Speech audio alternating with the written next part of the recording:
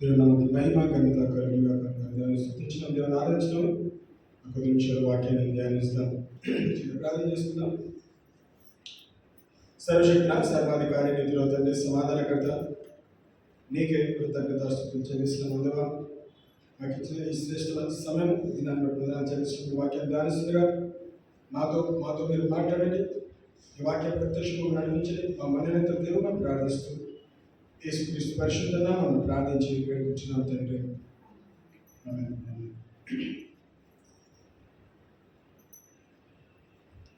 దేవుని మహా గొప్ప కృపను బట్టి గడిచిన 2 నెలలు దేవుడు మనల్ని కాపాడి భద్రపరిచి మనకి ఇచ్చిన నూతన నెల మార్చి నెల బట్టి దేవునికి కృతజ్ఞతలు చెల్లిస్తున్నాం. మరి ఈరోజు తీసుకున్న అంశము పోర్ అవుట్ యువర్ హార్ట్.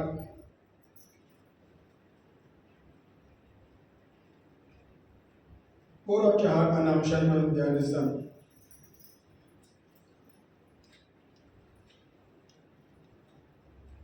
దేవుని సన్నిధిలో నీ హృదయాన్ని కుమ్మరించుట అనే అంశాన్ని మనము ధ్యానిస్తాం. సో నాతో పాటు మొదటి సమయాలు ఇది మనకు తెలిసిన వాక్యభాగమే, కానీ మొదటి సమయాలు మొదటి అధ్యాయం మనం గమనిస్తాం. మరి అధ్యాయంలో గమనిస్తే మనం ఒక కుటుంబం గురించి నేర్చుకుంటాం. ఎల్కానా అన్న గృహము లేదంటే ఒక కుటుంబము.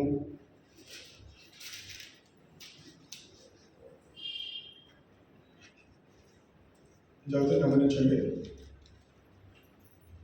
మొదటి వచనం నుంచి 5వ వచనం చదువుతాను. Now there was a certain man of Ramathaim, Zophim, of the mountains of Ephraim, and his name was Elkanah, the son of Jeroham, the son of Elihu, the son of Tohu, the son of Zuph, an Ephraimite. And he had 2 wives. The name of the one was Hannah, and the name of the other Peninnah. Peninnah had children, but Hannah had no children. This man went up from the city yearly to worship and sacrifice to the Lord of his host. In Shiloh, also the 2 sons of Eli, Hophni and Phinehas, the priests of the Lord, were there. And whenever the time came for Elkanah to make an offering, he would give portions to Peninnah, his wife, and all her sons and daughters. But to Hannah he would give a double portion, for he loved Hannah, although the Lord had closed her womb. And a rival also provoked her severely to make her miserable, because the Lord had closed her womb. ఇక్కడ ఒక కుటుంబాన్ని మనం గమనిస్తే ఎల్కానా అనే ఒక వ్యక్తికి 2 భార్యలను గమనిస్తున్నాం. ఆ 2 భార్యల్లో మొదటి భార్యకి సంతానం లేదు, రెండో భార్యకి సంతానం ఉన్నారు. కొడుకులు కుమార్తెలు కూడా ఉన్నారండి అక్కడ. వాళ్ళు ఏం చేస్తారంట, షిలో అనే ప్రాంతానికి ప్రతి సంవత్సరం వెళ్ళి వాళ్ళు అర్పణలు అర్పిస్తున్నారు. కానుకలు, దశభాగాలు కానీ అర్పణలు కానీ కృతజ్ఞత అర్పణలు వాళ్ళు చెల్లిస్తూ వచ్చినారు. సో ఎల్కానా ఏం చేస్తున్నాడంటే పెనిన్నాకి కొంత పోర్షన్ ఇస్తున్నాడు. మరి అన్న విషయంకి వచ్చేసరికి డబుల్ పోర్షన్ ఇస్తున్నాడు. అక్కడ వాక్యం గమనిస్తే ఆయన అన్నాన్ని ప్రేమిస్తున్నట్టున్నది. ఇంకొక అంశం ఏంటంటే హన్నా గర్భము దేవుడు మూసలో వాక్యం రాయబడ్డది. కొంచెం అనుకున్నాము, మొదటి భార్య ఎలాగా ప్రేమిస్తున్నా, లేదా జాలిపడి తనకి సంతానం లేరు కాబట్టి ప్రేమిస్తున్నాడు. ఈ లవ్డ్ అని వాక్యం చదువుతుంది. ఎందుకు ప్రేమిస్తున్నాడు? భార్యలుగా ప్రేమిస్తున్నా, లేదో అయ్యో ఈమెకి ఇంతకాలమైనా కానీ సంతానం లేదు అని జాలి చూపెట్టి ప్రేమిస్తున్నాడు. ఇక్కడ వాక్యం గమనిస్తే దేవుడే అన్న గర్భము మూసను అని వాక్యం రాయబడ్డది. ఆలోచన and rival also provoked her severely to make her miserable, because the Lord had closed her womb. Peninnah దృష్టిలో అన్నాన్ని ఏం చూస్తున్నట్ట తక్కువ చూపుతో చూస్తున్నారు. నీకు సంతానం లేరు, నీకు పిల్లలు లేరు కాబట్టి నువ్వు గొడ్రాలువి. ఇంకొక వైపు నుంచి గమనిస్తే బహుశా అనుకున్నాము శాపగ్రస్తురాగా చూస్తున్నారు. దేవుడు నన్ను ఆశ్రయించాడు, నా గర్భాన్ని తెలిస్తే నీ గర్భం ఎందుకు మూస్తున్నాడు? నువ్వు ఏదైనా తప్పకుండా ఏదైనా తప్పు చేసుకుంటావు. దేవుడు నిన్ను శపించినాడు కాబట్టి నీవు శాపగ్రస్తురాలువి, నువ్వు గొడ్రాలతనం అనుభవిస్తావు, నీవు సంతానం లేకున్నావు. వాక్యం దేవుడే నీ గర్భాన్ని మూస్తున్నాడు. నా పెనిమిటి నేను ఎంత ప్రేమించినా, నువ్వు మా మధ్యలో ఎంత ఉన్నా కానీ నీవు గొడ్రాలివి, నువ్వు శాపగ్రస్తురాలివి, నీ స్థితిగతి ఇంతే, నీవు నా పిల్లల్ని తాకొద్దు, ముట్టద్దు, ఎత్తుకోవద్దు, ముద్దాడద్దు. ఇవన్నీ కూడా ఏంటంటే వాక్యం తెలుస్తుంది. ప్రొవోక్ అంటే ప్రతిసారి కూడా రెచ్చగొడతా ఉంటుంది. ప్రతిసారి అంటే ఎప్పుడండి? ఇంట్లో ఉన్నప్పుడు. అదేవిధంగా ఇయర్లీ సాక్రిఫైస్, ప్రతి సంవత్సరం కుటుంబంగా చూడండి. ఎందుకైనా అమ్మ ఇక్కడ పిల్లలు లేరు కదా, నువ్వు ఇంట్లోనే ఉండు, నీకు సంబంధం లేదు, నేను పెళ్ళైనా వెళ్తామనట్లేదండి. ఎందుకైనా చేస్తే మంచి పని ఏంటంటే తన ఇద్దరు భార్యలతో, కుమార్తెలతో ఫ్యామిలీతోని వెళ్ళి సాక్రిఫైస్ ఇవ్వడానికి వెళ్తూ వచ్చినారు. సో ఎవ్రీ ఇయర్ వెళ్తున్నారు. కానీ ఆ ప్రతిసారి ఏం చేస్తుంది? పెనినా తనని సూటిపోటి మాటలతో రెచ్చగొడుతూ, తనని హేళన చేస్తూ, అవమానిస్తూ, ఎన్నో విషయాలు ఇబ్బంది పెడుతూ తన ముందుకు తీసుకెళ్తూ ఉన్నది. ఆ ప్రయాణం అంతా కూడా వెళ్ళటము రావడమే చూసాం. కానీ ఎవరి బహుశా ఆ కుటుంబంలో ఎవరికి సంతోషం లేదండి. ఎందుకనే ఏమో ఇద్దరు భార్యలను తీసుకెళ్తాడు, వారిద్దరు భార్యల మధ్యలో గొడవలు ఉంటా ఉన్నాయి. సంతోషం లేకుండా, సమాధానం లేకుండా ఏదో వెళ్తున్నారు, వస్తున్నారు. అది యథావిధిగా చేస్తున్నారు, ఎవ్రీ ఇయర్ చేస్తున్నారు. కానీ ఒక సందర్భం, ఒక సమయంలో చూడవలసిన. So it was year by year when she went up to the house of the Lord that she provoked her, therefore she wept and did not eat. ఏం చేస్తున్నాడంటే ఒకరు నవ్వుతున్నారు, ఒకరు ఏడుస్తున్నారు. పెనినా నవ్వుతున్నది, హేళన చేస్తున్నది, తన విషయంలో చెడుగా మాట్లాడుతున్నది. కానీ దుఃఖం ఎవరి దగ్గర ఉన్నది? హన్న దుఃఖపడుతూ వెళ్తున్నది, దుఃఖంతో తిరిగి వస్తున్నది. కానీ హన్న ఎప్పుడైతే వెళ్ళిందో తన ఒక నిర్ణయం తీసుకున్నది. ఏంటి ఆ నిర్ణయం? నేను ఒప్పుకోలు చేస్తాను. ఎన్ని సంవత్సరాల నుంచి వెళ్తున్నా అక్కడ రాయబడాలి. కానీ ఈ సంవత్సరం ప్రత్యేకంగా వెళ్ళినప్పుడు తన తీర్మానం తీసుకున్నది. వర్స్ 8 నుంచి గమనిస్తుంది.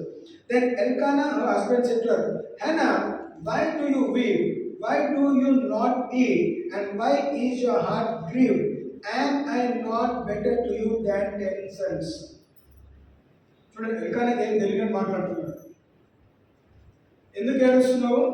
ఎందుకు తినట్లేదు కదా? నేను 10 మంది కుమారుల కన్నా నేను నీకు ప్రాముఖ్యం కాదా? ఐఎమ్ నాట్ బెటర్ దెన్, వాళ్ళకన్నా శ్రేష్టమైన అని, వాళ్ళకన్నా మంచిగా అని మాట్లాడుతున్నాను. తను చెప్పుకుంటూ ఉన్నాడు. అంటే యూజువల్గా దాంపత్య జీవితం గమనిస్తే భార్య భర్తలు ఎంతకాలం కలిసినా కానీ సంతానం లేకపోతే కదా అక్కడ లోటు ఏర్పడుతుంది.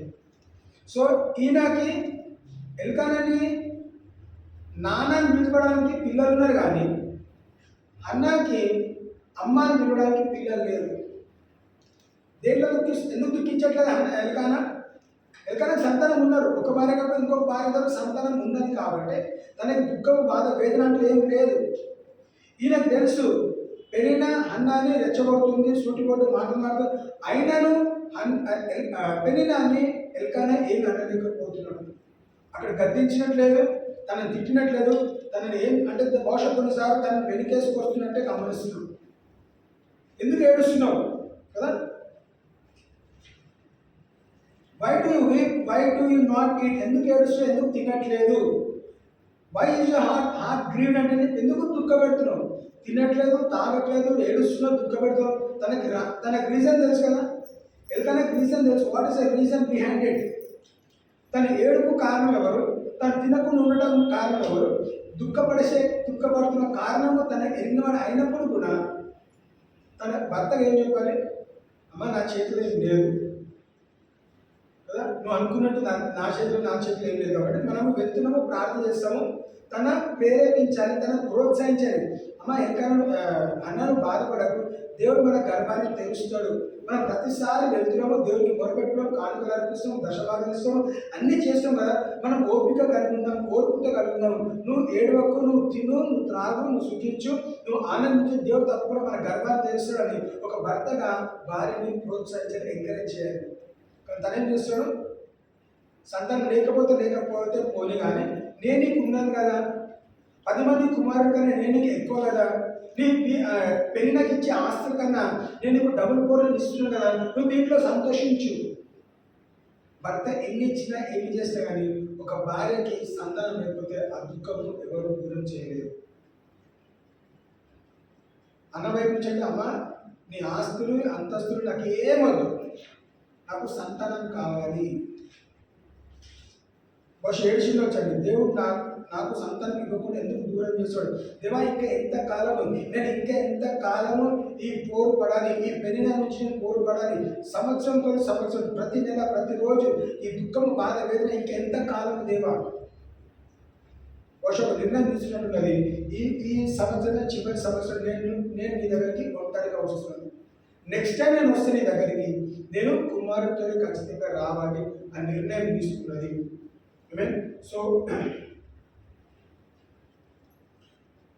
So Hannah, verse 9. So Hannah arose after they had finished eating and drinking in Shiloh.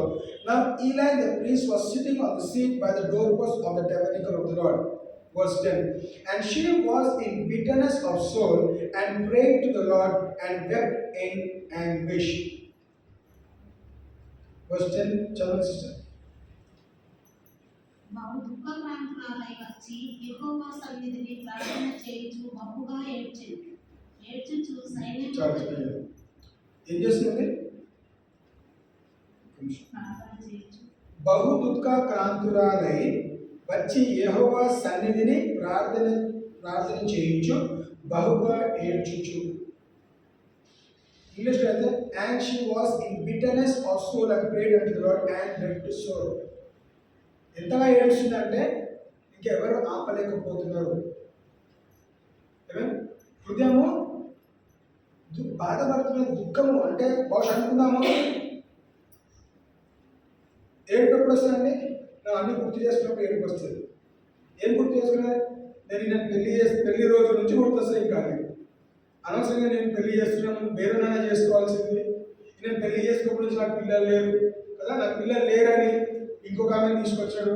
సరే ఆమెతోని నేను కలిసి వెళ్తున్నా, కలిసి నిల్చున్నాను, అయినా కానీ ఆమెకు సంతానం కలిగింది.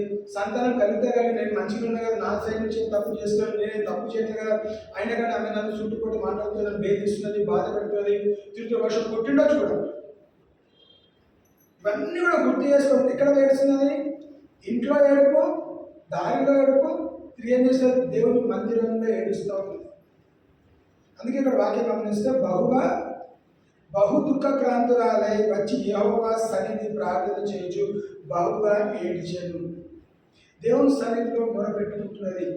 తనకి ఏమర్థమైంది, ఇంట్లో మొరపెట్టుకున్నా, పెళ్ళిన ముందు మొరపెట్టుకున్నా నాకు వచ్చేది ఏమి కానీ దేవుని సన్నిధిలో మొరపెట్టుకుంటే ఈవెన్ బహుశా దేవుడు నా ప్రార్థన ఆలకిస్తాడు. ఆ ప్రార్థన చేస్తుండగా ఏమని గమనిస్తుంటాడు, 11 verse. Then she made a vow and said, ఆమె ఏం చేస్తారంటే ఒప్పుకొని చేస్తున్నారు, O Lord of hosts, if you will indeed look on the affliction of your maidservant and remember me and not forget your maidservant, but will give your maidservant a male child, then I will give him to the Lord all the days of his life, and no razor shall come upon his head. చూడండి తీర్మానం ఏంటిది, అయ్యా నన్ను ఏం చేయాలంట, నా గర్భాన్ని తెరిచి నువ్వు నాకు సంతానం ఇస్తే ఏం చేసినా ఆ సంతానము నేను తిరిగి నీకు అప్పగిస్తాను. తన బ్రతికిన కాలం అంతా కూడా నీ పరిచయంలోనే వాడబడతాడు. O Lord of hosts, if you will indeed look on the affliction of your maid servant and remember me. ఒకసారి చదవండి. సైన్యములకు అధిపతులకు యెహోవా నీ సేవకురాలైన నాకు కలిగి ఉన్న శ్రమను చూచి నీ సేవకురాలైన నన్ను మరొక జ్ఞాపకము చేసుకొని నీ సేవకురాలైన నాకు మగపిల్లను దయచేసిన ఎడల వాని తల మీదికి క్షౌరపు కత్తి ఎన్నటికి రానియక వాడు బ్రతుకు దినములన్నిటను నేను వారిని యెహోవా నన్ను నీకు అప్పగించునని మొక్కుబడి చేసుకొనెను. ఆమె యెహోవా సన్నిధిన ప్రార్థన చేయుచుండగా ఏలీ ఆమె నోరు కనిపెట్టుచుండెను. చూడండి గమనిస్తే ఏం చేస్తున్నానండి, సైన్యములకు అధిపతి యెహోవా నీ సేవకురాలైన నాకు కలిగి ఉన్న శ్రమను చూచి నీ సేవకురాలైన నన్ను మరొక జ్ఞాపకము చేసుకుని నీ సేవకురాలైన నాకు మగ పిల్లను దయచేసిన ఎడల వాని తల మీదికి క్షౌరము కత్తి ఎన్నటికీ రానియక వాడు బ్రతుకు దినములన్నిటి నేను వానిని యెహోవాకు నీకు అప్పగించునని మొక్కుబడి చేసుకున్నాను. ఏమంటుందండి, దేవుడు చూడట్లేదు కాదు, నీవు నా స్థితిగతి ఎరిగిన వాడివి, నా పరిస్థితి ఎరిగిన వాడివి, నా కన్నీరు చూసిన వాడివి, నా పరిస్థితి చూసిన వాడివి. నీవు నన్ను ఒక్కసారి జ్ఞాపకం చేసుకో. బహుశా అనుకుంటుందేమో, అరే చాలాసార్లు మనం అనుకుంటామండి, దేవుడు నన్ను మర్చిపోయాడు కాబట్టే నాకు ఇవన్నీ జరుగుతున్నాయి మనం చాలాసార్లు అంటాం. ఒకవేళ నువ్వు మర్చిపోయినావు అనుకున్నట్లయితే మనం ఏం చేయాలి, దేవా గుర్తు చేయి. దేవుడు నేను ఎన్నడూ ఎడబాయనన్నాడు, మరవనన్నాడు. దేవుడు మర్చిపోడు. నీ సైడ్ నుంచి నువ్వు మర్చిపోయినావు అనుకుంటున్నట్లయితే గుర్తు చేయాల్సిన బాధ్యత మనది. సో ఇప్పుడు అన్యాయం చేస్తుంది, నీవు నన్ను రిమెంబర్ మీ వన్స్ మోర్, ఇంకొకసారి నువ్వు నన్ను గుర్తు చేసుకో. గుర్తు చేసుకుని ఏం చేయాలంట, నేను ఏ పరిస్థితిలో వెళ్తున్నానో ఆ పరిస్థితి నుంచి నన్ను దూరం చేయి. నాకు సంతానం లేదు, నువ్వు నాకు సంతానం ఇస్తే నేను పెంచి పెద్దగా చేయను, కానీ నేను తిరిగి మా రాజ్యంలోకి లేదా నీ మందిరంలో నేను అప్పగిస్తాను.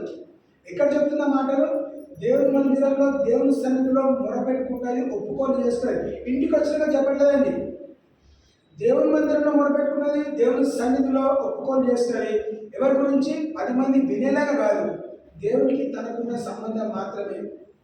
ఎవరు వినట్లేదు, ఎవరు చూడట్లేదు. చాలాసార్లు మనము ఏం చేస్తాము, నాటకాలు చేస్తాం కదా, 10 మంది చూసేలాగా ఒప్పుకోలు చేయటము, మాట చేయటం. సాధారణంగా వాక్యం ఏమంటుందండి, మనం ఏదైనా చేస్తే ఇంకొక చెయ్యి తెలియకుండా చేయాలంటారు. రైట్? బిగ్గరగా గట్టిగా నాకు సంతానం లేదని పెళ్ళినాన్ని పక్కన పెట్టుకొని, ఎల్కాన్ని పక్కన పెట్టుకొని, పిల్లలంతా పక్కన పెట్టుకొని, ఇదిగో సవాల్ చేస్తా, దేవుడు ఒప్పుకోలు చేస్తా, ఈ సంవత్సరం గట్టిగా నేను కూడా చూసాను, ఛాలెంజ్ చేయట్లేదండి. దీనత్వంతో దుఃఖపడుతూ ఏడుస్తూ తన హృదయం ఏం చేస్తుంది, she is pouring out her spirit, pour out your heart and mind తెలుస్తుంది.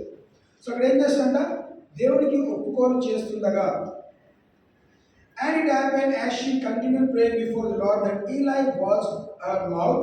Now Hannah spoke in her heart, only her lips moved, but her voice was not at them. Therefore Eli thought she was drunk. ఎవరు గమనించలేదు అంతా కూడా.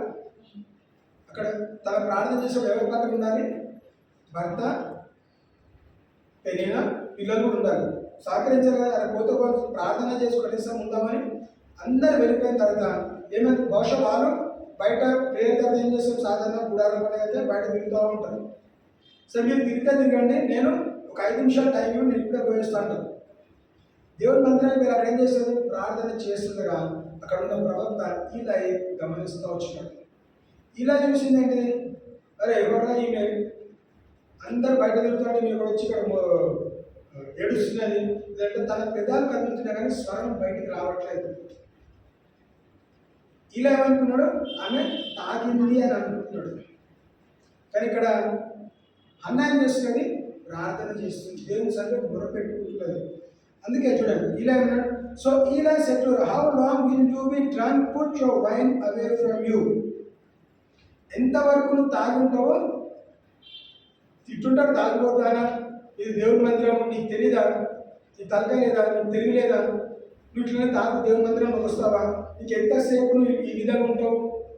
ఒకసారి అనుకున్నాము, అప్పటికే చాలాసేపు అయింది, ఆమె వెళ్ళిపోతుంది అనుకుంటున్నాడు ఇలా, కానీ ఈమె వెళ్ళకుండా ఇంకా అక్కడ ఉంది కాబట్టి వచ్చి గర్తిస్తాడు, ఇంకెంతసేపు. ఒకసారి రోజు పట్టు చదవండి.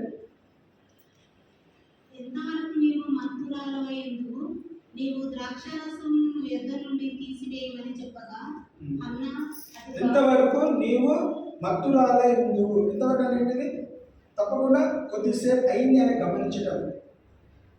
అరే అందరు ఇట్లా వచ్చి 2 నిమిషాలు ప్రార్థన చేసి వెళ్ళిపోతారు. బహుశా 10 నిమిషాలు ఏందో, 10 నిమిషాలు ఏందో, అరగంట ఏందో, ఎంతసేపు అని తెలియదు. కానీ ఆయన చూస్తూ వచ్చాడు. నువ్వు వచ్చింది వెళ్ళిపోవడానికి చూస్తున్నాడు. కానీ ఈ అన్న స్త్రీ వెళ్ళట్లేదు. ఆమె దాన్ని చూడండి. ఈయన తన దగ్గరకు వచ్చి బహుశా తట్టినట్టున్నాడు, లేపినట్టున్నాడు. అమ్మ నువ్వు తాగినవు సరే, కానీ ఇంకెంతసేపు ఈ త్రాగం నుంచి నువ్వు బయటపడి నువ్వు వెళ్ళు, నీ భర్త పిల్లలు అక్కడ బయట వెయిట్ చేస్తున్నారు. కానీ హన్నా చెప్పిన మాట ఏంది? But Hannah answered and said, no my lord, I am a woman of sorrowful spirit. I have drunk neither wine nor intoxicating drink, but have poured out my soul before the Lord. అన్నా అది కాదు, నా ఏలినవాడ, నేను మనోదుఖము గలదానై ఉన్నాను. నేను ద్రాక్షారసమునైనను మద్యమునైనను పానము చేయలేదు, కానీ నా ఆత్మను ఎక్కువ సన్నిధిని కుమ్మరించుకొనుచున్నాను. ఇద్దరు దృష్టి గమనించాం. ఈలై దృష్టిలో అన్న ఏంటిది?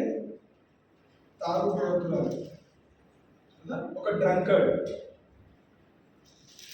అన్న వైపు నుంచి గమనిస్తే తను ఏం చేస్తుంట? ఆమె ప్రార్థన పరులాగా గమనిస్తుంది.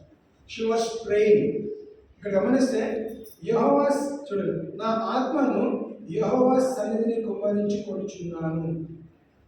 నేనేమో దేవుని సన్నిధిని మొరపెట్టుకుంటున్నాను, ఏడుస్తున్నాను, నా పరిస్థితి చెప్పుకుంటూ. నీకేమో నేను తాగిన కనిపిస్తున్నాను. అందుకే ఏమని స్టార్ట్ చేసేది? అన్న అది కాదు, నా ఏలిన వాడ. అంటే ఓ పాస్టర్ గారు, ఓ ప్రాఫెట్ గారు, ఓ నాయకుడు గారు, నేను తాగలేదండి. నేను నా హృదయాన్ని దేవుని సన్నిధిలో కుమ్మరించుకుంటున్నాను. మీరు కూడా ఎన్నోసార్లు మీకు చెప్పినా కానీ మీరేం చేయలేకపోయినారు. నా భర్త ఏం చేయలేకపోతున్నాడు, నా బంధుమిత్రులు నాకు చూసకపోతే ఎవరేం చేయలేకపోతున్నారు, ఎవరు నాకు సహకరించట్లేదు, నేను నా పరిస్థితిలో కనీసం నాకు తోడుగా ఉంది కదా. అయితే అది పాజిటివ్ ఎవరు మాట్లాడట్లేదు, అంత నెగిటివిటీ ఉన్నది. నా చుట్టూ అంత నెగిటివ్ ఉన్నది. నా చుట్టూ అందరూ కూడా నా గురించి నెగిటివ్గా మాట్లాడుతున్నారు. నన్ను ఎవరు ప్రోత్సహించట్లేదు, నా గురించి ఎవరు మంచి మాట్లాడట్లేదు, నాకు ఎవరు కలిసినట్లేదు. కానీ నేనేం చేస్తాను? దేవుడి మందిరం వస్తున్నా కాబట్టి దేవుడన్నా కనీసం నన్ను గమనించి గుర్తించి నా ప్రార్థన వింటాడు అని ఏం చేస్తాడు? నా హృదయాన్ని దారపోస్తాడు, కుమ్మరిస్తున్నాడు.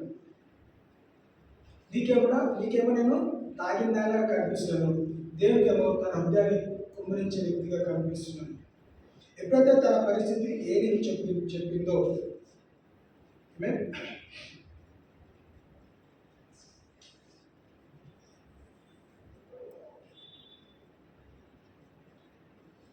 count not thine handmaid for a daughter of Belial, for out of the abundance of my complaint and grief have I spoken hitherto.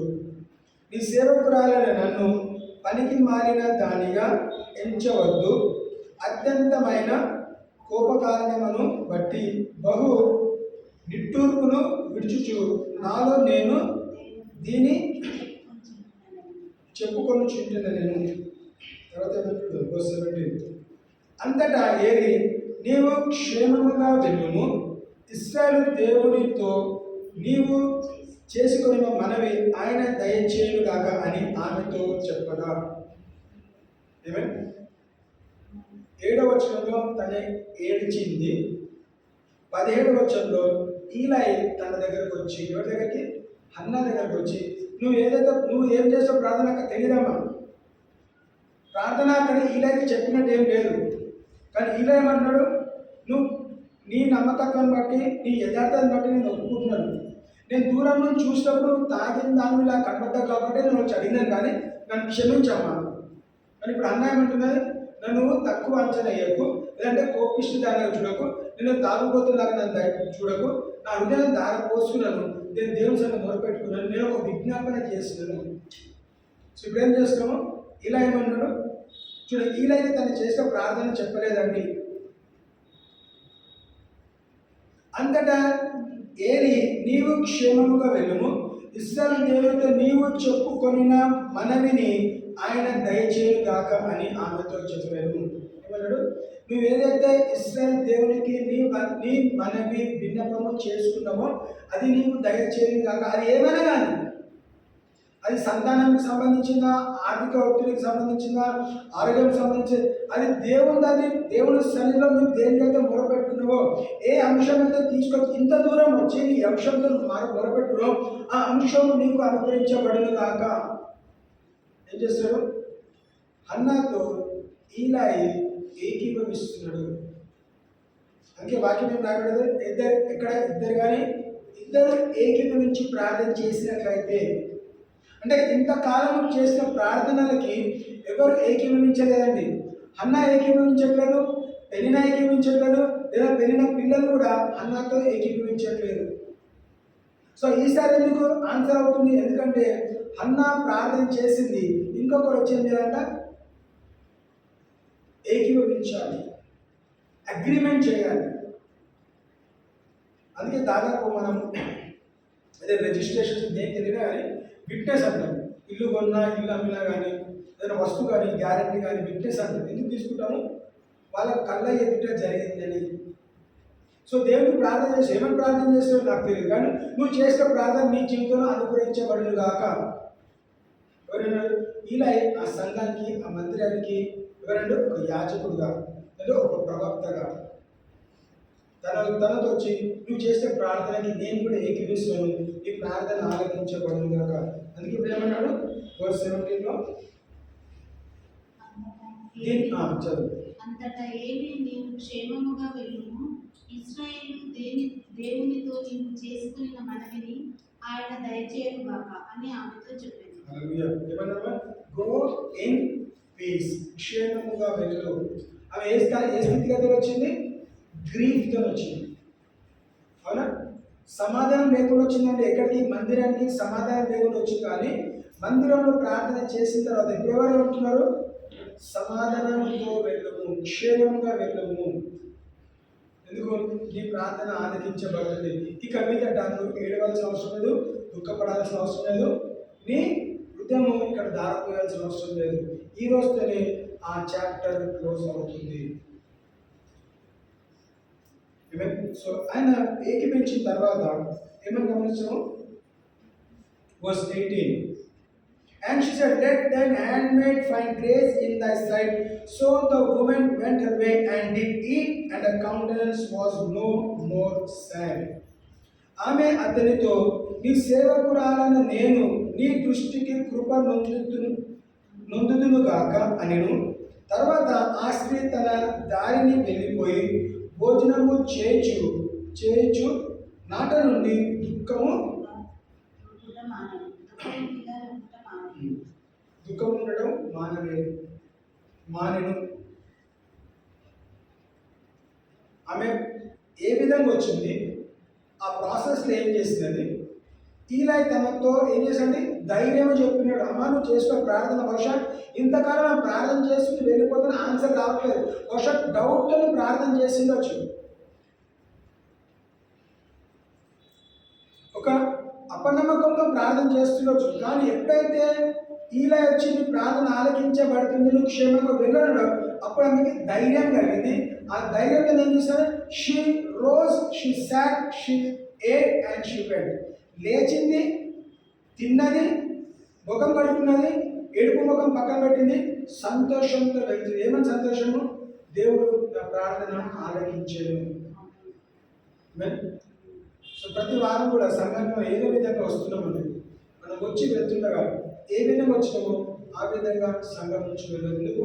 సంఘంలో చూడండి, మనకు చెప్పి చేసినా చెప్పకుండా చేసినా దేవుని సన్నిధిలో మొరపెట్టుకుంటే, దేవుని సన్నిధిలో మనం ఏదైతే వ్యక్తిగతంగా కానీ ఒక సంఘంగా కలిసి ప్రార్థన చేసి మనం ఏకీభవించినప్పుడు ఏం చేసాము? మన ఏకీభవించినప్పుడు దేవుని మనం చేసే ప్రార్థన మన జీవితంలో ఆలకించబడుతుంది.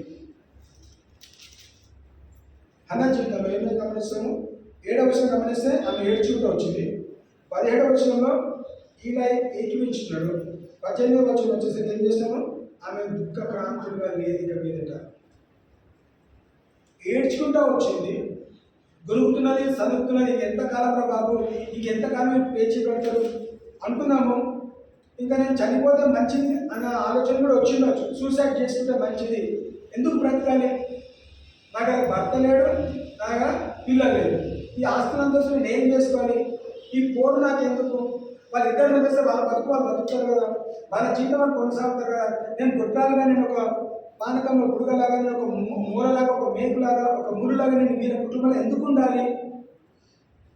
కొంచెం అనుకుందాం, చనిపోకముందు చివరిసారిగా ఈ సంవత్సరం చివరిసారి నేను ట్రై చేస్తాను.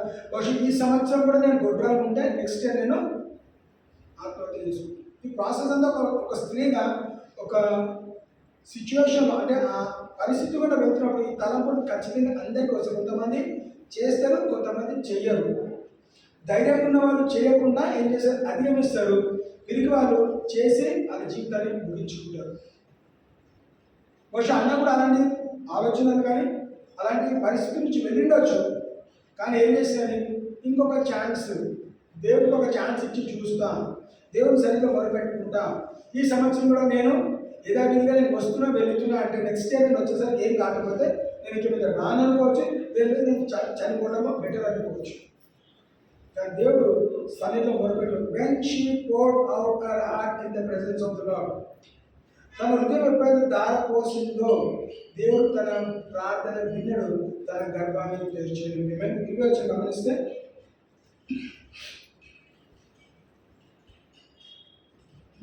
అన్న గర్భము ధరించి దినమును నిండినప్పుడు ఒక కుమారుని కని, నేను ఎక్కువ వరకు మొక్కుకొనిన నేను అడిగినప్పుడు వాళ్ళకి సమూయేలను పేరు పెట్టింది. చదివమంటుందండి. Wherefore it came to pass when the time was come about her, about after Hannah had conceived, that she bare a son and called his name Samuel, saying, because I have asked him of the Lord. నేను దేవుని అడిగినాను కాబట్టి, దేవుని ఏమడిగినండి? ప్రార్థనలో మగ శిశువుని ఇస్తే, కుమారుడిని ఇస్తే. ఎందుకు కుమారుడు కావాలనుకున్నది? ఎందుకు కుమార్తె వద్దనుకున్నది? మనకు తెలియదు. ఏమైనా తండ్రులు అయితే మనం అప్పటి నుంచి వస్తుంది, ఇప్పుడు అట్లా తండ్రులేమో కుమార్తె కావాలనుకుంటారు, తల్లులేమో కుమారుడు కావాలనుకుంటారు. రైట్? బహుశా ఒక తల్లిగా నాకు కుమారుడిని ఇస్తే, ఆ రోజు అప్పుడున్న కాలంలో కుమారుడికి ఎక్కువ ప్రాముఖ్యత ఇచ్చేవాళ్ళండి. మనం వాక్యం గమనిస్తే కూడా ఫస్ట్ బాగుంటుంది. స్త్రీల కన్నా లేదంటే కూతుళ్ళ కన్నా కుమార్తెల గురించి ఎక్కువ, కుమారుల గురించి ఎక్కువ రాయబడ్డది అక్కడ. అండ్ ఈ బికాట్ ఇస్తారు, ఆయన కానీ ఆయన నాన్న కానీ కుమారుల గురించి రాయబడ్డాయి, కుమార్తెల గురించి చాలా తక్కువ శాతంలో రాయబడ్డాయి. సో ఇక్కడ గమనిస్తే అనుకుందాం, పెళ్ళినా కూడా మొదటి సంతానము కొడుకే అనుకుందాం. ఇక కుమార్తెను అంటే మళ్ళీ నాకు ఫస్ట్ కొడుకు ఫస్ట్ సంతానము కొడుకు, నీకు కుమార్తె అని అప్పుడు కూడా ఏదైనా చేయవచ్చు. లేదా ఎల్కనాకు రావాల్సిన పాస్తులు పోతే అనుకోవచ్చు. కుమారుడు కావాలనుకున్నాను, కానీ తన ఉద్దేశం ఏంటి? నా కుమారుడిని ఇస్తే నేను మందిరాన్ని ఇస్తాను, నన్ను ఈ ఆస్తులు అంతస్తులు ఏం మర్చిపెట్టాను, నీ సేవకి నేను సమర్పించుకుంటాను, నన్ను కేవలం తల్లిగా చేయ చాలు. ఈ గుడ్రాతనం నుంచి తొలగించి నన్ను తల్లిగా చేస్తే రేపటి నుంచి ఎల్కాన సంగతి ఇంకా పెరిగిన సంగతి నేను కూడా చూస్తాను. ఇంతకాలం నాకు పిల్లలు లేరు కాబట్టి వాళ్ళను నా వేచిపెట్టినా, కానీ నాకు సంతానం కలిగిన తర్వాత ఇక మీదట వారు నా జోలికి రారు. ఏమేం నా బతుకు నేను బతుకుతాను, వాళ్ళ బతుకు వాళ్ళు బ్రతుకుతారు. సో దేవుడు ఏం చేశాడండి? సమయాన్ని అడిగి సమయాన్ని ఇచ్చిన వాక్యం తెలుస్తుంది. ఎల్కానాయు అతని ఇంటి వారందరూ యెహోవాకు ఏటా అర్పించు బలి సమర్పణకు మొక్కుబడిని చెల్లించుటకు పోయి. కానీ ఇక్కడ ఏమేమి చేస్తుంది? వర్స్ 23 గమనిస్తే, కాబట్టి ఈమె పెళ్లి చేయన ఎల్కానా నీ దృష్టికి ఏది మంచిదో అది చేయి, నీవు వారికి పాలు మాన్పించు వరకు నిలిచియుండుము, ఎక్కువ తన వాక్యంలో స్థిరపరచును కాగానే ఆమెతో అనేది. కాగా ఆమె అక్కడనే ఉండి తన కుమారునికి పాలు మాన్పించు వరకు అతనిని పెంచుతూ ఉండేది. చూడండి, ప్రయాణం చేయాలి, సంతానం కాగానే వెళ్ళి వీళ్ళే చెప్పాలి. కానీ అవి ఏం డిసైడ్ చేసుకుని ఒకసారి వెళ్ళటము, వీళ్ళకి చూపెట్టడం రావడం. నేను వెళ్తే కుమారుని అక్కడ వదిలేసి రావాలి, ఇక్కడ తిరిగి రాను. రైట్? సో ఆమె ఏమంటుంది? పాలు మానేంత వరకు కూడా నేను తనని పెంచుతా. తల్లి ప్రేమను చూపిస్తా, నేను తనని పెంచుతాను. ఆ కొద్ది సమయం కానీ కొన్ని సంవత్సరాలు, 3 సంవత్సరాలు, 4 సంవత్సరాలు, 5 సంవత్సరాలు బాగా పిల్లలు పాలు తాగడం మానేస్తారు. అంతవరకు నేను పెంచుతాను. దాని తర్వాత ఏం చేస్తాను, నేనే వెళ్ళి మొక్కుబడి చెల్లించుకొని ఈలాకి నేను అప్పగించి నేను తిరిగి వస్తున్నాను. సో ఈ విషయం ఏం చేశానండి, ఎలుకనకి అర్థమైంది, నేను తనని ఇంకా పేచి పెట్టవద్దు, తన మీద ఒత్తిడి తీసుకోవద్దు, నీ ఇష్టానుసారంగా జరగనివ్వు కదా. కాబట్టి ఆమె పెనిమిటి అయిన ఎలుకన, నీ దృష్టికి ఏది మంచిదో అది చేయము. హల్లెలూయా. ఇప్పుడు ఏం చేస్తాడు, ఇంతకాలం ఏకీభవించలేదు, ఈరోజు ఎలుకన ఎప్పుడు సంతానం కలిగిన తర్వాత. ఇప్పుడు ఎలుకన గొడవపడాలి, యాక్చువల్గా ఏమని గొడవపడాలి, ఎవరిని అడిగి కుమారుడు కన్న తర్వాత సమర్పించుకుంటాడు, ఈ కుమారుడు నా కొడుకుని నీవు ఎవరికి చెప్పి సమర్పించను. ఆమె ఎలుకన చెప్పిందో చెప్పడానికి తెలియదండి. ఒకటి వచ్చిన తర్వాత చెప్పిండొచ్చు, లేదా ప్రాసెస్లో చెప్పిండొచ్చు. కానీ ఎలుకన ఏం చేయాలి, గొడవ పడాలి. కుమారుడు ఇద్దరు ఏకీవించి సమర్పించుకుంటేనే సమర్పించారు. కానీ ఏం చేస్తుంది, ఎలుకన చెప్పినప్పుడు అయినప్పుడు చూసాను అనుకున్నాడేమో. మేము రిటర్న్ వచ్చినప్పుడు ఏమని ప్రార్థన చేసినావు, ఇలా నాకు ఈ మాతో చెప్పిన, ఇట్లా ప్రార్థన చేసాను, తాగినాను అన్నాడు, నేను తాగలేదని చెప్పినాను, ప్రార్థన చేస్తాను చెప్పినాను, ఇలా నా ప్రార్థన ఏకీవించి జరుగును కాకన్నాడు. ఈ ప్రాసెస్ అంతా చెప్పిండవచ్చు. ఎలుకన మంచిగా ఏంటిది, ఇన్ని ఇయర్స్ పోయినా ఏం కాలేదు, ఈ సంవత్సరం అవుతుందా, అందుకేం చేస్తుంది, ఆయన కూడా వెయిట్ చేసుకోవచ్చు. ఇప్పుడు మళ్ళీ కాపం చేయడం కలిగి ఉన్నారు.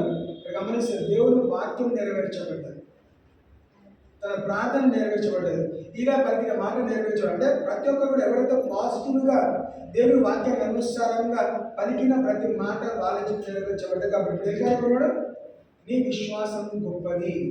ఎవరితో అన్నాడు, అన్నతను, నీ దృష్టికి ఏది మంచి అది నువ్వు చెయ్యి. నేనెవరిని నీకు అడ్డు చెప్పడానికి, నేను భర్త అయినప్పుడు కూడా నేను ఏ విషయంలో నీకు సహకరించలేదు, నేను నీకు తోడు నీడగా నిలబడలేదు, నన్ను క్షమించు. ఈసారి నీ చేతికి నేను అప్పగిస్తున్నాను. నీ దృష్టికి ఏది మంచో ఏది తోచుతుందో అదే నువ్వు చెయ్యి. నువ్వు చెప్పిన ప్రకారమే నువ్వు పాలిచ్చిన తర్వాత, పాలు మానేసిన తర్వాతనే వెళ్ళి ఏంటంటే నీ కుమారుని అక్కడ నువ్వు అప్పగించు. అంతవరకు నేను కూడా ఓకే కనుగొను. నేను వెళ్ళి వస్తాము. ఈసారికి అయితే నెక్స్ట్ టైం వెళ్ళినప్పుడు ఏం చేయాలంట, పిల్లవాడు పెద్దగా అయిన తర్వాత ఏమే అండ్ ఎలుకన రాసిపెట్టాడు, do what seemeth be good, tarry until thou hast been him only for the Lord establishes you. ఏమన్నాడు, ఎలుకన కూడా చూడండి, అక్కడ ఇలా ఏమన్నాడు, నువ్వు చేసిన ప్రార్థన నెరవేర్చబడును గాక. ఇక్కడ ఎలుకన ఏమన్నాడు, యెహోవా తన వాక్యమును స్థిరపరచును గాక అని ఆమెతో అనెను. Hallelujah. The Lord establish his word. నీ జీవితంలో, నా జీవితంలో, మన సంఘ జీవితంలో దేవుని మాట నెరవేర్చబడును గాక. ఆమేన్. మే లార్డ్ ఎస్టాబ్లిష్. దేవుడు మన పట్ల, మన సంఘం పట్ల, మన వ్యక్తిగత జీవితంలో దేవుడు అనేక మాటలు వాగ్దానం ఇస్తూ వచ్చాడండి. అనేకసార్లు ప్రవచనం తీసుకున్నాము. ప్రతి ప్రవచనం, ప్రతి వాక్యము, ప్రతి వాగ్దానం మన జీవితంలో నెరవేర్చబడును గాక. The Lord establish his word, not my word. నా మాట కాదు, దేవుడు నోటి ద్వారా పలికిన ప్రతి మాట మన జీవితం నెరవేర్చబడును గాక, స్థిరపరచబడును గాక. ఆమేన్. అంటే ఏమని ఇప్పుడు ఎంత ఏమన్నాడు,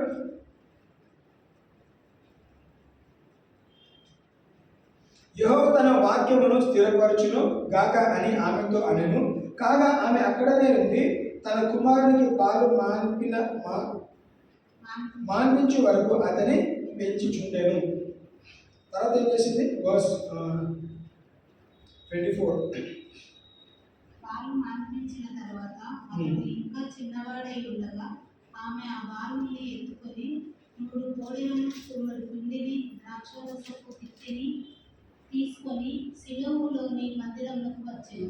వాళ్ళు ఒక కోడెను వరించి పిల్లవాడిని ఏలియాకు తీసుకొని వచ్చినప్పుడు ఆమె అతనితో ఇట్లనెను, నా ఏలినవాని ప్రాణము తోడు నీ యొద్ద నిలిచి యెహోవాను ప్రార్థన చేసిన స్త్రీని నేనే. ఈ బిడ్డను దయచేయమని యెహోవాతో నేను చేసిన మనవిని ఆయన నాకు అనుగ్రహించెను. కాబట్టి నేను ఆ బిడ్డను యెహోవాకు ప్రతిష్ఠించుచున్నాను.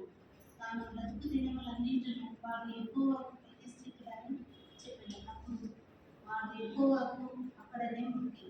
చాలు. చూడండి, ఎవరికి కలుస్తుందండి? ఎవరికి చెప్పింది? దేవుని మందిరానికి అప్పగిస్తారు. దేవుని మందిరం ఇప్పుడు ఎవరు?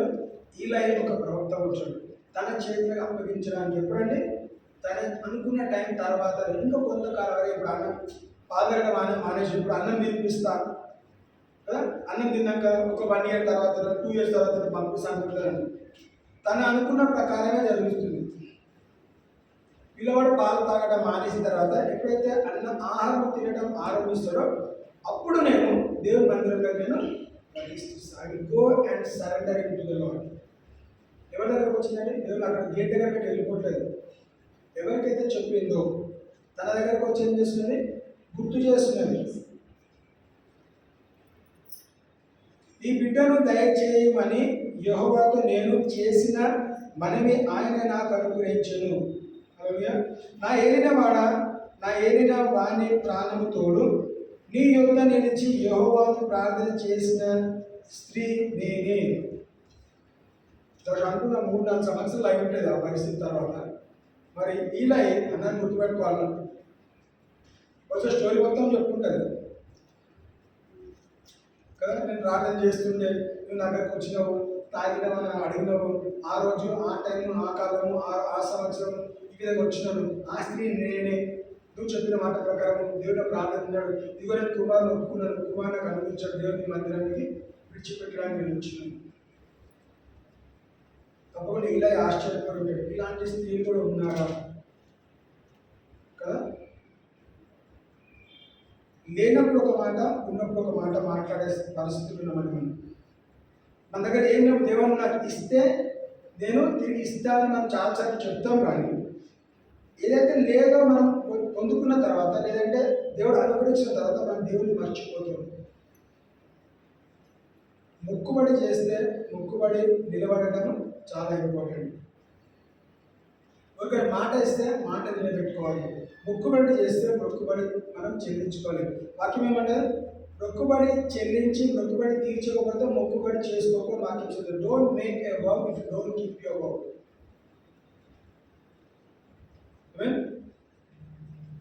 ఎందుకు మొక్కుబడి చేస్తాము? మనం చేసిన ప్రార్థన మన జీవితం నెరవేర్చబడాలని మనం ఆసక్తి కలిగి ఉన్నాం. మరి ప్రార్థన నెరవేర్చబడినప్పుడు ఏం గుర్తురావాలి? ఫస్ట్ థింగ్ మొక్కుబడి గుర్తు రావాలి. తన మొక్కుబడికి గుర్తొచ్చింది కాబట్టి ఏం చేసేది? పెద్దగా అయినంత వరకు కూడా వెయిట్ చేసింది కదా, ప్రేమతో పెంచింది. చిన్న వయసు నుంచి బహుశా అన్నీ చెప్పిండొచ్చు. కొన్ని రోజుల తర్వాత, కొంత సమయం తర్వాత నువ్వు నాతో ఉండవు, నేను మందిరం వదిలేస్తే నువ్వు అక్కడే ఉండాలి, అక్కడ ఒక పెద్ద మనిషి తాత ఉంటాడు, ఆయన చెప్పిన మాట వినాలి, అన్నీ చెప్పి పంపించిండొచ్చు. కొన్ని గంటలకే స్కూల్ దగ్గర విడిచిపెడితే పిల్లలు నాన్న కథలు పడతారు. ఈ ఎల్కేజీ యూకేజీ పిల్లలు చూస్తారు. మరి ఆ వయసులో సమయాన్ని వాక్యం ఏమంటారు? తన బ్రతికినంత కాలము కూడా యెహోవా మందిరంలో ఉండాలి. తిరిగి తల్లిదండ్రులను చూసే అవకాశం ఉండదు ఆయనకు దగ్గర వీళ్ళకు తెలియదు. ఇప్పుడన్నా హాస్టల్ వదిలితే సమ్మర్ వెకేషన్ పండుగలకి వస్తారు ఇంటికి. మరి ఆ రోజులో దేవుని మందిరం వదిలేస్తే అక్కడ దేవుని మందిరానికి హాలిడేస్ లేవండి. ఏదో ఒక యాక్టివిటీ జరుగుతూనే ఉంటుంది. ఈ పండుగని ఆ పండుగని పస్కా పండుగని అప్పుడు ఇస్లాం 7 పండుగలు ఉంటాయి. అన్ని సంవత్సరం అంతా ఏదో ఒకటి జరుగుతూనే ఉండేది. ఎవరో ఒకరు రావటము, సమర్పణలు, అర్పణలు కదా, అన్నీ చేసుకోవడం, వెళ్ళటం, ఇవన్నీ అక్కడ ఎవరు చూసుకోవాలి? సమయం చూసుకోవాలి. కాబట్టి ఏం చేయాలి? తనకు హాలిడేస్ లేవు. ఇంటికి రావడానికి కూడా వీళ్ళు బహుశా వీళ్ళే వెళ్ళి పలకరించి వస్తుండొచ్చు. ఇయర్లీ ఆయన కూడా ఎప్పుడు కూడా సరే నేను ఇంటికి వెళ్ళిపోతున్నాను అనలేదు. లేదా ఇంకా సారా బాబు కొంతకాలంలో నేను దేవుడితో మాట్లాడుకుంటా, ఆ రోజు ప్రార్థన ఉంటాడు, ఈ రోజు ప్రార్థన ఉంటాడు, నాకు క్షమిస్తాడు, నేను తీసుకెళ్తాను, మంచి చదివించుకుంటా, మంచి పెద్దవాళ్ళు చేస్తానని చెప్పట్లేదు. వదిలేసిందంటే వదిలేసినట్లే ఉంది. దేవుడితో ఏం చేశాడు? గొప్ప ప్రవర్తగా దేవుడు వాడుకున్నాడు. The lord has granted my request. ఇంగ్లీష్లో అయితే 20 చదువుతుంది. Therefore also I have lent him to the Lord, as long as he liveth he shall be lent to the Lord, and he worship the Lord there. కాబట్టి నేను ఆ బిడ్డను యెహోవాకు ప్రతిష్ఠించుచున్నాను, తాను బ్రతుకు దినములన్నిటిను వాడు యెహోవా ప్రతిష్ఠితుడిని చెప్పను. అప్పుడు వాడు యెహోవాకు అక్కడే రొప్పును. ఏం చేయాలి? మనం లెంట్ సీజన్ గురించి పాటిస్తున్నాం అంటే ఏంటిది? ఇది దుఃఖ దినములు కాదండి. లెంట్ అనగానే ఏం చేస్తాము? 40 రోజులు మాంసాహారం మానేస్తాం కదా, ఒక పొద్దు ఉంటాం, దుఃఖపడుతూ ఉంటాం. ఈ దుఃఖ దినములు కాదు అంటే ఇవి ప్రతిష్ఠింపబడిన దినాలు. These are days of blessing. అంటే ఏం చేయాలి? దేవా, మన ప్రార్థన ఆలకించబడే సీజను. దుఃఖపడాల్సిన అవసరం లేదండి. నీ దుఃఖము కన్నీళ్ళు తుడిచిన వారిని ఇంకా ఏడవలసిన అవసరం లేదు. ప్రార్థన చేసిన దుఃఖం అవసరం లేదు. ప్రార్థన చేసినప్పుడు దుఃఖపడవచ్చు, ప్రార్థన చేసేటప్పుడు ఎందుకు సంతోషించాలి? నా ప్రార్థన దేవుడు ఆలకించాడు. ఈ 40 రోజులు మనం చేసే ప్రార్థన దేవుడు, దేవా నీ రాజ్యం కట్టబడాలి, నీ రాజ్యం స్థిరపరచబడును గాక, నీ రాజ్యంలో అనేక మంది వచ్చును గాక. ఈస్టర్ గురించి తెలుసుకోవాలి, గుడ్ ఫ్రైడే గురించి తెలుసుకోవాలి, యేసు గురించి తెలుసుకోవాలి, అనేక ఆత్మలు రక్షింపబడాలి. నువ్వు మాంసం తినకుండా దేవుడికి వచ్చేదేమి లేదండి. మనం చేసే ప్రార్థన ఏమవుతుందంట? ప్రార్థనకి ఫలం ఏంటిది? మనం ఏదైతే అడుగుతామో దేవుడు అది దానికంటే అత్యధికంగా ఇచ్చేవాడు.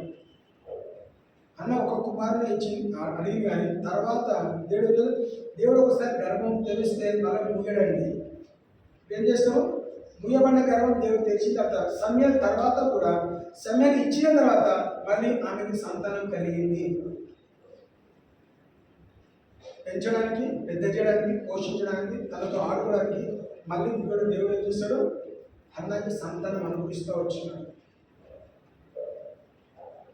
సమయం కథ తీసుకొని ఏం లేదని చెప్పట్లేదు. నువ్వు నాకు ఇచ్చిన తిరిగి నీకు అత్యధికంగా ఇస్తాను. ఒకరిని ఇచ్చినావు, ఇంక తర్వాత పిల్లలు కానీ ఉంటుంది. సో మనం ఏదైతే హృదయపూర్వకంగా ప్రార్థన చేస్తున్నామో, మనం హృదయపూర్వకంగా ఏదైతే దేవుడి సరే మొరపెట్టినో దేవుడు తప్పకుండా మన ప్రార్థన వినేవాడు, మనకి జవాబు ఇచ్చేవాడు. నువ్వు ఎవరి వరకు ప్రార్థన చేస్తావు, నీ పరిస్థితి ఏంటో దేవునికి తెలుసండి. మనకు చెప్పకపోయినా కానీ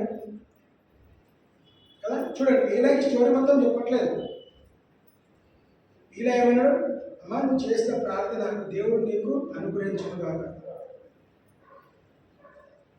సో సంఘ కాపరిగా మీరు, నేను, మనం సంఘంలో ఏదైనా ప్రార్థన చేస్తామో నా ప్రార్థన ఆలకించబడదు కాక. మనం దేవుని చాలాసార్లు మనం మొదలుపెట్టుకున్నాము. మన ప్రార్థన విన్నడు, మన ప్రార్థన జవాబు ఖచ్చితంగా ఇచ్చేవాడు. మనము వెయిట్ చేద్దాం. ఇంకెంతకాలం ఇదే విషయంలో మనం భారం కలిగి ప్రార్థన చేస్తాం. దేవుడు అన్నాడు, భారం తీసేస్తా, ప్రయాసపడి భారం సమస్య నా ఎదుగురా నేను విశ్రాంతి. దేవుడు మనకి విశ్రాంతి తప్పకుండా ఇస్తాడు. ఇప్పుడు విశ్రాంతి ఎక్కడ వచ్చింది? అన్నకి విశ్రాంతి కలిగింది. ఇప్పుడు దుఃఖపడుతుందా? నో దుఃఖం, నో ఏడుపు, నో స్ట్రైక్, నథింగ్. ఇది ప్రతి కూడా దేవుడు కొట్టి మారేస్తాడు. ప్రతి కూడా తొలగించాడు. ఎవరి ద్వారా? సమయం వచ్చిన తర్వాత సమస్తము మారిపోయాను. దేవుడు మన జీవితంలో ఒక సమయం ఇవ్వడు కాక. సమాధానకర్త మన జీవితంలో సమాధానం కలగజేయను కాక. కీర్తనలు 62 అధ్యాయం 8వ వచనం గమనించండి. కీర్తనలు 62.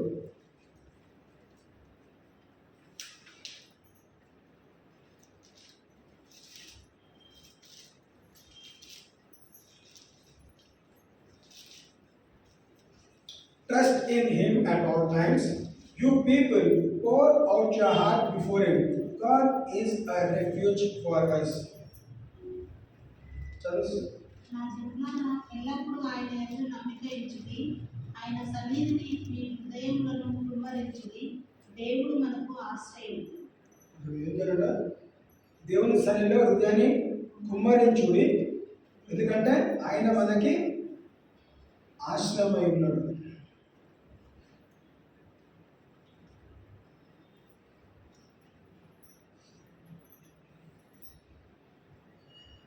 జనులారా, ఎల్లప్పుడూ ఆయన యందు నమ్మిక ఉంచుడి, ఆయన సన్నిధిని మీ హృదయంలో కృమ్మరించుడి. దేవుడు మనకు ఆశ్రమై ఉన్నాడు. కీర్తన 42:2.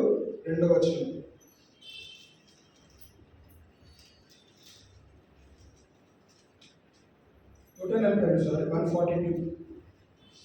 Psalms 142 verse 2.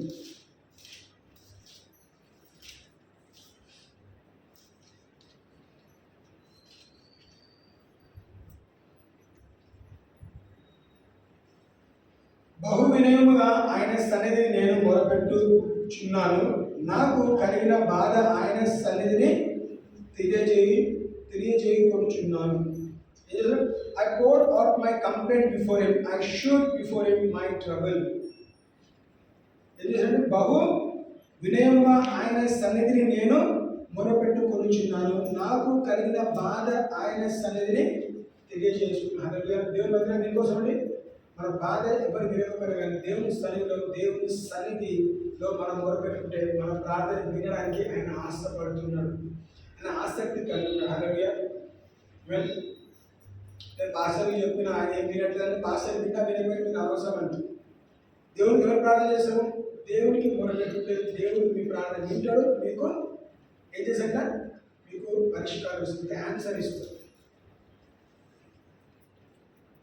మనం ఏం చేస్తాము? మనం ప్రార్థించాము, మనం అడుగుతాం దేవా ఈ మార్చ్ మంత్లో ఈ సంవత్సరం దూరంతర ఫలితం మనం వాగ్దానించడం, ఈ మార్చ్ మంత్లో ఆ వాగ్దానం మా జీవితం నెరవేర్చేవాళ్ళుగాక. మేము ఏ ఫలం కొరకు ఎదురు చూస్తామో ఆ రోజు అన్న గర్భ ఫలం కొరకు ఎదురు చూస్తుంది. ఈరోజు మనం ఏ ఫలం కొరకు ఎదురు చూస్తామో ఆ ఫలము దేవుడు మనకి అనుగ్రహించును గాక. దేవుడు కొద్ది మాటలు దీవించును గాక.